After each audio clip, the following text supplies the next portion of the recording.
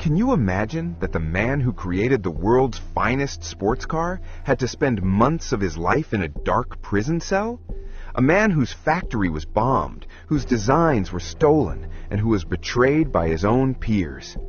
Ferdinand Porsche had no money and no facilities, only a madness to build a car that could talk to the wind. But what was the price of this dream? Starvation? Becoming a prisoner of war? Or repeated failure?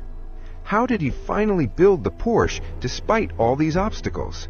Let's look at every thorn in this journey that eventually paved the way to his success. Ferdinand was born into a household where filling the stomach was the greatest task. His father was a strict blacksmith who wanted his son to spend his life hammering iron. When Ferdinand showed interest in electricity and machines, he was shamed as lazy and a mere dreamer. He had no money for education and no laboratory to experiment. He studied the laws of electricity in secret by candlelight at night. Using scrap metal from the house, he built a battery and generator so advanced that while the entire village was in darkness, the Porsche house was lit with electricity. This stubbornness forced his father to give in, and he was allowed to attend technical school. But could a blacksmith's son stand a chance against elite engineers? While working at big companies like Mercedes-Benz, Ferdinand realized that talent wasn't valued, only the whims of the owners mattered. He proposed a light and fast car, but the board members mocked him, saying, "You are just an employee, don't try to teach us." He was humiliated and forced to leave the company. He took his meager savings and rented a tiny office. He decided he would no longer design for others, but for his own dream. He opened his own design consultancy, where he drafted the first blueprint of the people's car. The office had barely opened when Hitler gave him an impossible task. Hitler ordered him to build a car that could seat 5 people, go 100 kilometers per hour, and cost less than a motorcycle. This was an engineering miracle that seemed impossible. Porsche was under immense pressure. If he failed, he would be labeled a traitor, a matter of honor for the Nazi regime. Porsche worked night and day. He placed the engine in the back and made it air-cooled to save the cost of a radiator. He created the design that the world knows today as the Volkswagen Beetle. It was the first major success of his life. But the moments of joy were very short-lived. World War II broke out, and all of Porsche's factories were seized to build military tanks. Allied forces bombed his factories so heavily that only rubble remained. All his data, machines, and dreams turned to ash in a single night. He was out on the street with nowhere to live. He fled with his family and a few loyal colleagues to a remote mountain area in Austria called Gmund. There, in a small wooden shed where snow fell through the roof, he started working again with hand tools. He proved that factories can be destroyed, but minds cannot. But it was about to throw him into an even deeper pit. The French army took him as a prisoner of war. He was thrown into a cold, dark cell where he didn't receive proper food or clothing for months. He was over 70 years old, and his health was failing rapidly. He feared he would die in prison without ever hearing the name Porsche again. Despite being in prison, he didn't give up. He continued to draw car designs on scraps of paper. Outside, his son, Ferdinand Porsche, decided he would build a car himself to earn enough to bail his father out and show the world what the Porsche family was made of. The father was in prison while the son fought a battle of life and death outside. Ferdinand Porsche didn't have a penny. The factory was destroyed and banks refused to give loans.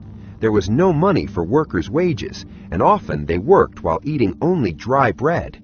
They had to raise millions to secure their father's release. They started repairing old tractors and water pumps. Ferry designed a racing car for the Italian team Cisitalia, earning enough money to pay his father's fine and buy raw materials for their very first sports car. Release was granted, but could the elderly Porsche work again? Ferdinand returned from prison. He had no money to buy steel or new engines. He had to build a car that could beat everything on the market, but he only had parts from the old Beetle. He and his son assembled those common parts with such skill that they created the Porsche 536. The car was made of aluminum, was incredibly light, and had an aerodynamic design that slipped through the air. This was the first car to carry the name Porsche.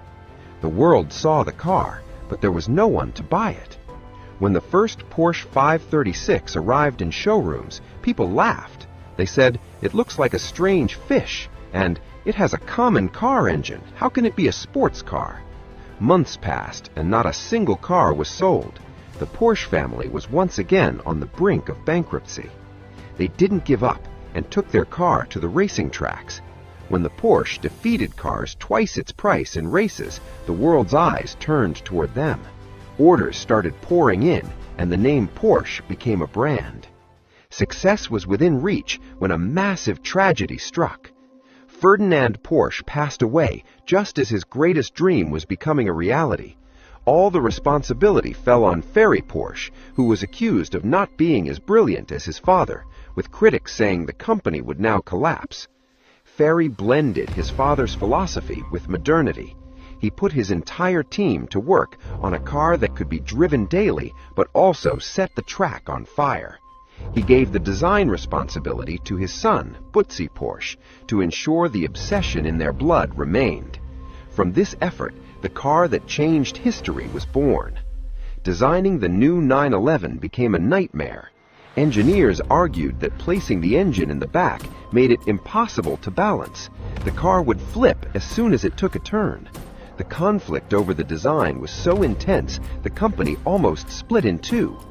Porsche engineers worked night and day to develop a specialized suspension system. They made the 911 so beautiful and powerful that it became the most famous sports car in the world. Even 60 years later, the design remains fundamentally the same. But did this success save Porsche from a financial crisis?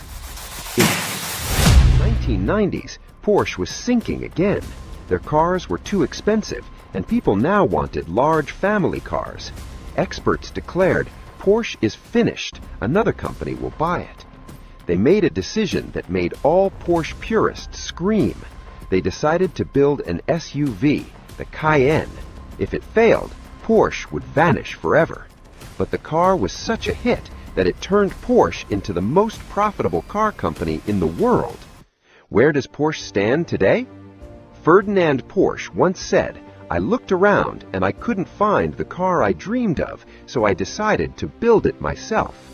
From a poor blacksmith's son to the solitude of a prison cell, and from a factory destroyed by bombs to becoming the world's most expensive car company, the story of Porsche tells us that obstacles do not block the path, they create the path. Today, a Porsche is not just a car, it is the victory of every human being who refuses to give up.